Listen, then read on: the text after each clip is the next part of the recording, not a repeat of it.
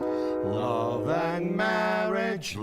and marriage, they go together like a horse and carriage. This I'll tell you, brother, you can't have one, you can't have none, you can't have one without the other. No, no, no, no, no, no, sir. Esto es Café de Nadie, donde cabemos todos. y hoy vamos a platicar con Margo Glantz sobre Sor Juana Inés de la Cruz.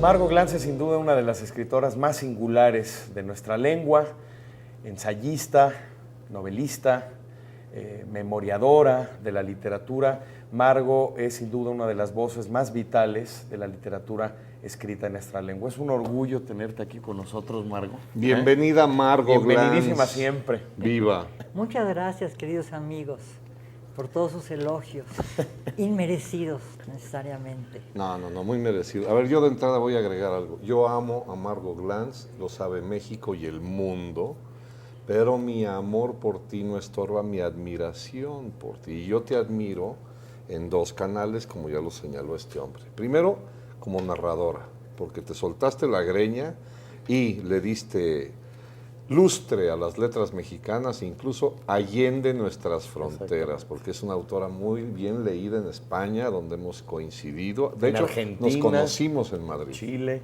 Argentina, en Chile, Colombia, en todo el mundo, donde nos hablan y donde nos leen. Pero además has dedicado muchos años a la investigación, a leer la palabra ajena y tratar de entender por qué escriben los demás lo que escriben. Y eso para mí ha sido fascinante ver cómo lo haces tú, porque tienes algo de detective, de gambusina, hay ahí como un juego de lentes que te vas poniendo con distintas dioptrías. Parece que estás hablando de ti. Yo quiero ser Margo Glantz. Bueno, Cuéntanos. Yo también quiero ser ¿A ti Margo por qué te Glantz. dio por estudiar a Sor Juana? Bueno, mira, yo soy profesora, llevo 55 años en la UNAM y llevo estudiando literatura comparada, mexicana, española, y de repente, pues, siempre he leído a Sor Juana, literatura mexicana. Sin leer a Sor Juana estaría yo muy mal. Pero una vez Sergio Pitol, mi queridísimo amigo, me dijo, ¿por qué no escribes no haces una antología de Sor Juana para la editorial Ayacucho? Me acaban de escribir y me dicen que te pida yo que lo hagas. Yo dije, pero ¿cómo voy a escribir sobre Sor Juana? Si ya escribió Octavio Paz, era su propiedad. Entonces yo dije, es que Sor Juana siempre tiene que ser propiedad de alguien. Ahora sigue siendo propiedad de otros. Sí. Pero digo, debería ser mi propiedad, pero no es, ¿no? Entonces decidí que tenía yo que trabajar a Sor Juana, pero para eso me dediqué como 5 años a trabajarla profundamente para poder escribir la antología que salió en el 95, justamente un año de aniversario de Sor Juana. Claro. Margo, tú te has convertido en una de las sorjuanistas principales y fundamentales. Ajá. Si es que algo parecido al sorjuanismo existe, porque tanto centrarse en un personaje nos devuelve otra vez a investigar otros campos de la literatura colonial. Tú también, digamos, ampliaste un poco el radio de la escritura de Sor Juana y has hecho algo ciertamente heroico, noble y muy conmovedor, que es ver cómo todos estos personajes que si no hubieran salido por la escritura, en realidad sí hubieran tenido un determinado campo de acción cultural, en la vida social, política, familiar de la Nueva España, ¿no? En Sor Juana, ¿qué viste más allá de la escritura, que es desde luego lo central, pero qué viste como su campo de acción? ¿Cómo la ves a ella como protagonista de su tiempo? Sí, me puse a estudiar a los contemporáneos de Sor Juana, a las monjas contemporáneas de Sor Juana, los siglos de oro, la literatura de los siglos de oro, las estructuras burocráticas de la Iglesia. Es decir, para poder estudiar a Sor Juana bien, que nunca se le estudia lo suficientemente bien, había que trabajar muchísimos campos. Entonces me puse a explorarlos, pero yo no soy la única, hay muchísima gente que trabaja la literatura colonial y trabaja a Sor Juana. Ahora, ¿qué encontré en Sor Juana de particular? Bueno, Sor Juana es la más grande escritora que hemos tenido, una de las más grandes que hay en las letras hispánicas, yo diría del mundo. Es decir, obviamente trabajarla es un privilegio, es una maravilla. Hay momentos en que después de 20 años de trabajarla digo, bueno, ya basta, ya no quiero seguir con Sor Juana, voy a trabajar con otras cosas, porque a mí me pasa que me ligo a una cosa y me confunden con un zapato o con Sor Juana, o sea que ya estoy harta. A mí me pasa lo mismo, ¿eh? ¿Te pasa lo mismo? Me confunden mucho con Sor Juana cuando traigo la cabeza así en toca, ¿no? Cuando me pongo la toca. Entocado. Entocado. Entocado. Pues sí, digo, ahora, evidentemente Sor Juana, además de ser una gran, una mujer con una gran capacidad de organización para su sociedad, de poder manejar su vida como eclesiástica dentro de una sociedad cortesana y ser a la vez una magnífica monja que no quiso ser santa nunca, quiso conocer sobre todo, lo que le interesaba sobre todo era el conocimiento, aprender, pero además necesitaba estar muy bien situada en la sociedad en la que vivía para poder hacer lo que ella quería hacer, ¿no? Al grado de que logró, bueno, tuvo mecenas extraordinarios, logró ser conocida en todo el ámbito en donde se hablaba español, portugués, y también se conoció en Dinamarca, en Francia, etcétera, etcétera. Fue un personaje que supo hacerse conocer, que supo promoverse sin las falsedades y las hipocresías y los que ahora vemos en las promociones de los escritores. Oye, pero a ver, pero realmente es Y un no solo, garbanzo de a exacto. libra, es decir, Claro. de sus contemporáneas, incluso monjas o personas más o menos de clase social que les permitiera estudiar, que alguien le hubiera dado por escribir, alguna mujer que le hubiera dado por escribir contemporánea de ella. Sí, cómo no, está María de Sayas en España, que es muy Pero digo, importante. en la Nueva España, En la Nueva España. Bueno, había muchas monjas que escribían y escribían bien. Lo que pasa es que eran fundamentalmente monjas y querían sobresalir como tales, es decir, en el campo de la geografía. Sor Juana, aunque también interviene en ese campo porque no podía ser de otra manera, puesto que era una monja, y que además la obligaban a ingresar en ese mundo porque querían hacerla santa, como quieren hacerla santa ahora. Exactamente. Ella, pues, no le quedaba más remedio que participar de ese mundo. Pero las monjas contemporáneas a ella, por ejemplo, Inés de la Cruz, que fundó el convento de Teresas Descalzas en México, es decir, en la Ciudad de México, porque ya había uno en Puebla, fue un personaje muy particular que escribió cosas bien interesantes. aparte de su tocaya. Ella se Claro. puso Inés se dice, ¿no? Y creo que es cierto, por Inés de la Cruz. Inés de la Cruz era una mujer muy, muy, muy emprendedora, nació en España, y escribió su biografía, su geografía, muy conocida, la publicó en un libro muy importante, El Paraíso Occidental, de Sigüenza y Góngora, ¿no? Entonces, ella escribía muy bien, y hubo varias monjas que escribieron muy bien. Muchas escribían y le daban sus textos a los confesores, que las reescribían porque pensaban que Claro. la escritura de una mujer no era Tenía errores per se. per se, una mujer era flaca. Yo no creo eso. Yo todo lo que he leído tuyo es intacto. Sí, pero yo soy impecable. excepcional. Yo sí te quiero canonizar a ti, porque, a ver, en el proceso de canonización de Margot Glantz tiene que entrar que te pusiste a leer todo lo que tenía que ver con Sor Juana. Todo es un poco exagerado, pero lo más que pude. No, y no me canonices, por favor, que es horrible. No, ¿Por qué jamás. Vamos Aquí no vamos a juntos. hacer a geografía. Estemos ¿eh? juntos en el Exacto. altar. Ah, sí, eso sí, en el Es cielo. para estar juntos en el altar En el siempre. cielo, en el cielo, en el cielo. ¿Qué prefieres, Margot, de la obra? Sé que es muy difícil, sobre todo para alguien que ha investigado tanto a Sor Juana y con tanto entusiasmo como tú. La parte en prosa, las comedias, los autos, las loas, los poemas líricos. Pues va dependiendo del campo que voy estudiando. Cada vez que trabajo una parte de su obra, me parece la más extraordinaria, pero creo que, bueno, evidentemente como ella misma, pues lo más extraordinario para ella era ese papelillo que llaman El Sueño, El papelillo. que llaman El Sueño, que a mí me parece verdaderamente, bueno, es una de las maravillas, de las maravillas, de las maravillas. Es su agiobiógrafo, el padre Calleja, El padre el Calleja. padre Calleja en Madrid, cuando escribe el obituario de Sor Juana en el tercer tomo de sus obras reunidas, en la fama y obras póstumas, dice que imitó a Góngora, pero que sobrepasó a Góngora porque Góngora tenía un material para hacer sus soledades, un material que se prestaba definitivamente a la poesía, Y ella no. en tanto que Sor Juana escogió un material que parecería inerte, dificilísimo de manejar, como ella lo manejó, que era la digestión, el Los movimiento ciclos del del corazón, sueño. los ciclos del sueño, el cosmos, es decir, se va del cuerpo humano al cosmos, ¿no? Digo, y eso era pues de la ciencia, no de la poesía. Pero y Sor qué- Juana sobrepasó a sus contemporáneos en eso. Pero qué difícil causa, ¿no, Margo? O sea, en un momento donde incluso hasta el siglo XIX Góngora era tomado como un charlatán y como alguien que solamente se la pasaba haciendo malabares verbales, que Sor Juana haya seguido de alguna manera su estela y superado, qué, Sor Juana qué dejó dificultad, qué- hacia 1720 y pico y eso, Sor Juana declinó su fama como la de Góngora y volvió a ser muy importante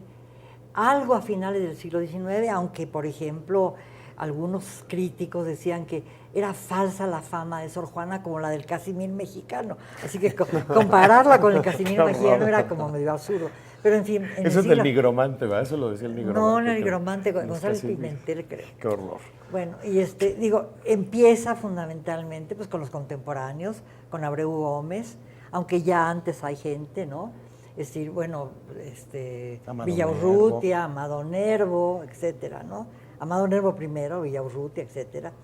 Y bueno, empieza a considerarse como gran cosa. Dorothy Shen, esta investigadora norteamericana que trabajó a Sor Juana y que encontró su profesión de fe, etcétera, y que la compró, ¿no? Para una biblioteca norteamericana. Pues era una mujer que, como era una gran estudiosa, nunca tuvo tenure o nunca tuvo el cargo más alto en la universidad porque era mujer, en una época en que estudiaban pocas, en que tenían puestos académicos las mujeres. Digo, pero ella se dedicó muchísimo tiempo a Sor Juana, ¿no? Y fue muy importante. Pero claro, Sor Juana entra así a la fama mundial con Octavio Paz, que la recicla, digamos, la recontextualiza Claro. con las trampas de la fe y que se vuelve un libro muy, muy importante. Y también yo creo que fue muy importante el movimiento feminista en los Estados Unidos y en otras partes del mundo, pero específicamente en los Estados Unidos, donde surgieron sorjuanistas como, pues no sé, como así, surgían así. Como de flores. Una legión. una legión de rama. feministas, ¿no? Pues vamos a seguir hablando de esta vida y estos milagros profanos de Sor Juana con nuestra querida Margo Glantz después de una pausa.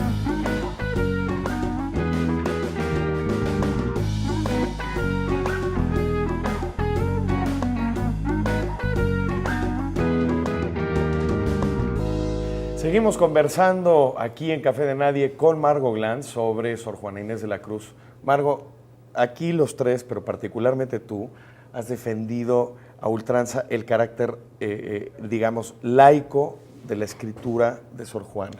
Bueno, no puedo decir que sea eminentemente laico. Sor Juana escribió cosas muy importantes, autos sacramentales, poesía religiosa, mística. hizo ejercicios para la encarnación, escribió su hagiografía en la respuesta a Sor Filotea. Es decir, Sor Juana no dejó de ser una monja importante, a pesar de que ingresó mucho, trabajó mucho, puesto que era una cortesana que trabajaba con la corte, es pleonástico, pero así es, hizo muchísima poesía cortesana, muy importante, y por eso la criticaron enormemente. El primer tomo, La Inundación Castálida, que publicó la Marquesa de la Laguna en España, fue muy criticada por la burocracia eclesiástica en México, y entonces se hizo un segundo tomo que también promovió la Marquesa de la Laguna, y en ese segundo tomo hay 100 páginas de obituarios, no se había muerto, perdón, de licencias y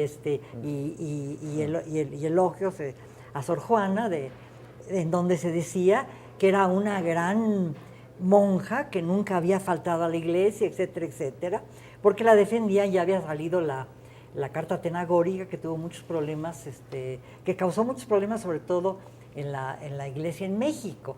En España la defendieron mercedarios, jesuitas, dominicanos, etcétera, ¿no? Dominicanos que eran de la Inquisición, que ella dice, no quiero ruidos con la Inquisición, y hay dominicanos que la defienden, ¿no? Entonces, el segundo volumen, aunque tiene obras de prosa, prosaicas, digamos, pues Primero Sueño, que no es prosaica, pero que no habla de Dios directamente, Exacto. sino la primera causa, es un tomo dedicado a defender a Sor Juana de cualquier acusación de que se dedicó demasiado a lo profano. El propio Méndez Plancarte, que hizo la edición, que ha hecho la edición más importante que se ha hecho sobre Sor Juana, que no se ha sobrepasado, decía que por ciertos poemas de Sor Juana podía haber tenido ríos con la Inquisición, es decir, que hay todavía censura en el siglo XX y tenemos cada vez más una corriente de gente que defiende a Sor Juana como monja y como santa, como se trató de hacer, por ejemplo, con el tercer tomo de sus obras, las Fama y Obras Póstumas, en donde se hacía fundamentalmente hincapié en su santidad, cómo murió, etcétera, etcétera. Y la jerarquía eclesiástica en México trabajó mucho ese aspecto para tratar de demostrar que Sor Juana había intentado desde el principio de su vida ser santa, cuando ella lo niega directamente. Probablemente en los últimos meses de su vida, o los últimos años de su vida, hubo una conversión forzada o personal, decidida por ella, no lo sé bien. Cuando deja sus bienes, dices. Cuando la obligan mucho, yo creo que la obligan, ¿no? Ahí sí, francamente, sí creo que hubo una cosa Una mano muy negra. violenta. Además, hay muchos Completamente. documentos que lo prueban. Los que tratan de demostrar lo contrario utilizan muchos documentos, evidentemente, pero muchos documentos los soslayan y no los toman, que es una forma de ocultar la verdad. El clásico, entrégate, entrégate, entrégate. Mira, yo en mi calidad de obispo de Papantla con licencia, lo que creo es que hay que hacer hincapié en lo que decías en el primer bloque del programa. Es una mujer ávida por saber. Eso es lo que despierta en ella, digamos, la pasión lectora, porque fue una gran lectora, era una mujer que quería conocer el mundo.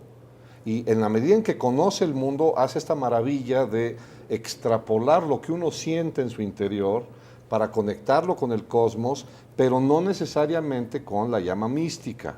No digamos que no todo es... Hay muchos caminos para el cielo, decía ella. Exacto. Sálvese las santas, pero yo no quiero ser santa. Se lo dice en la carta al Padre Núñez. Yo he dicho lo mismo en más de una ocasión.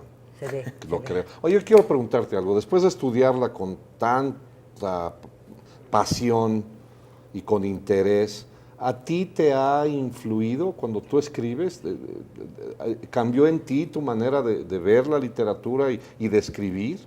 Bueno, está mi libro Apariciones, que es un libro homenaje a Sor Juana, en realidad.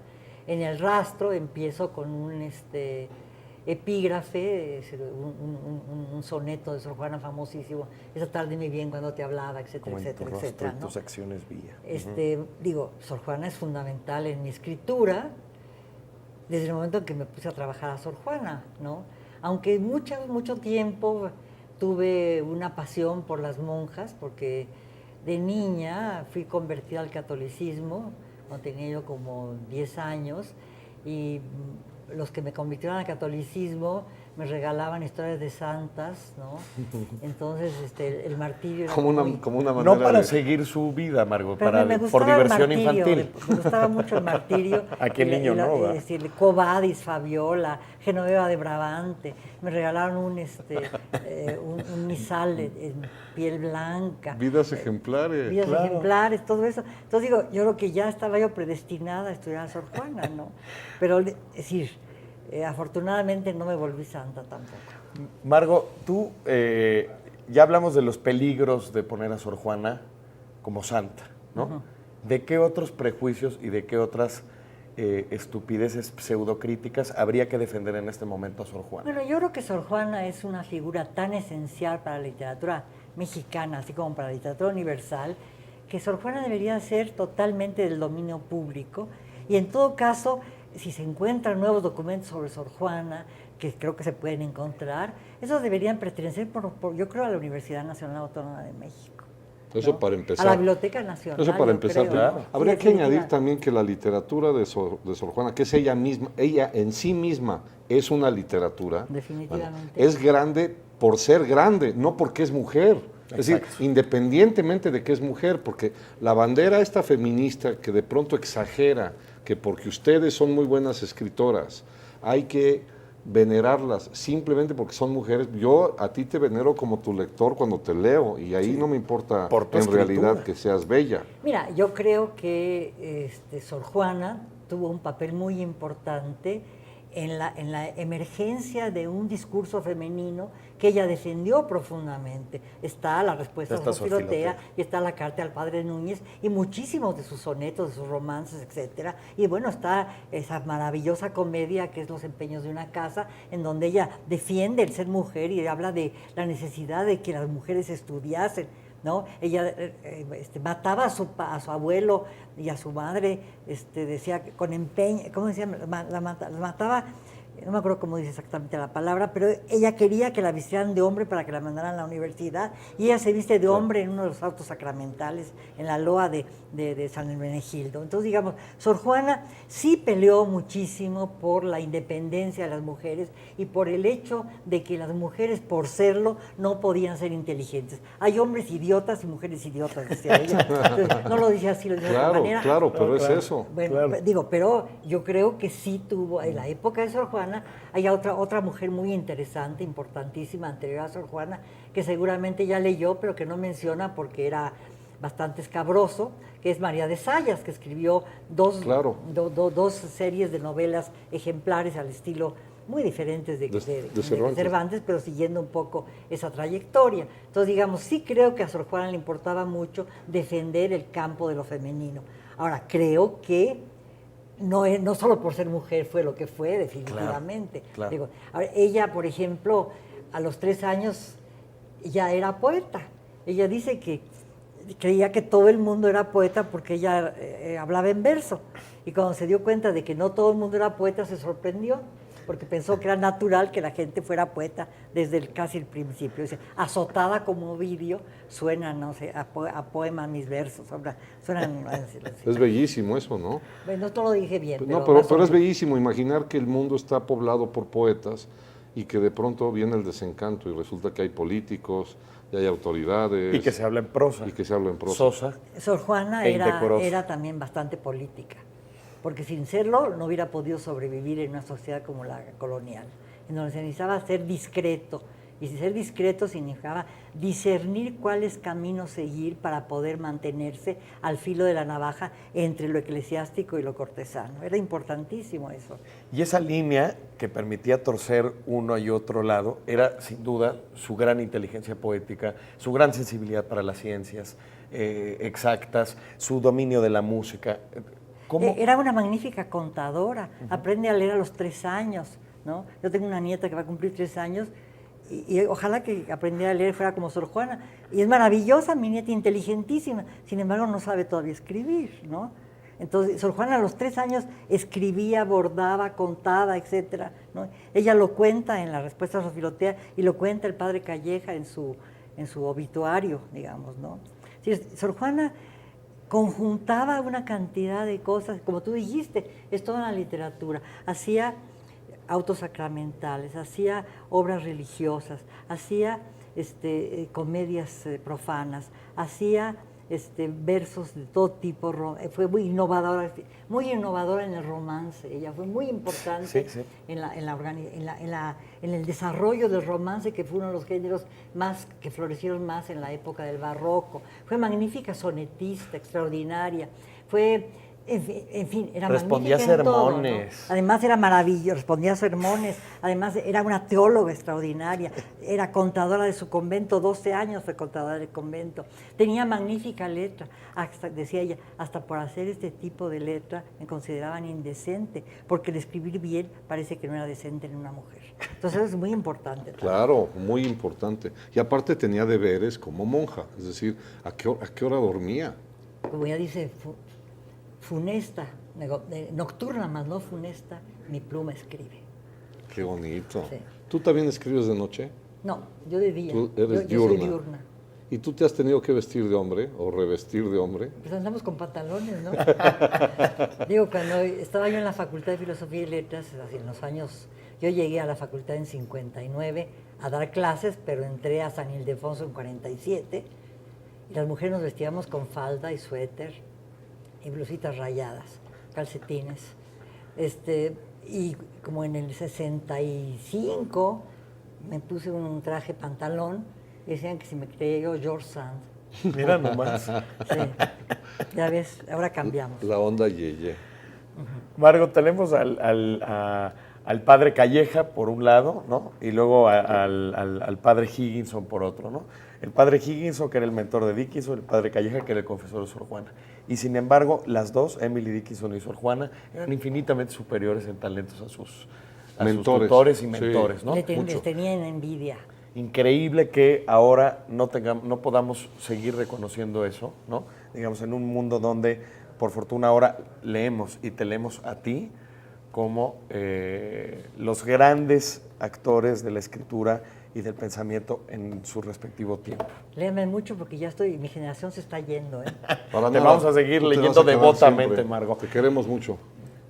Esto fue Café de Nadie. Donde evidentemente cabemos todos. Y que viva Margot Glantz. Arriba.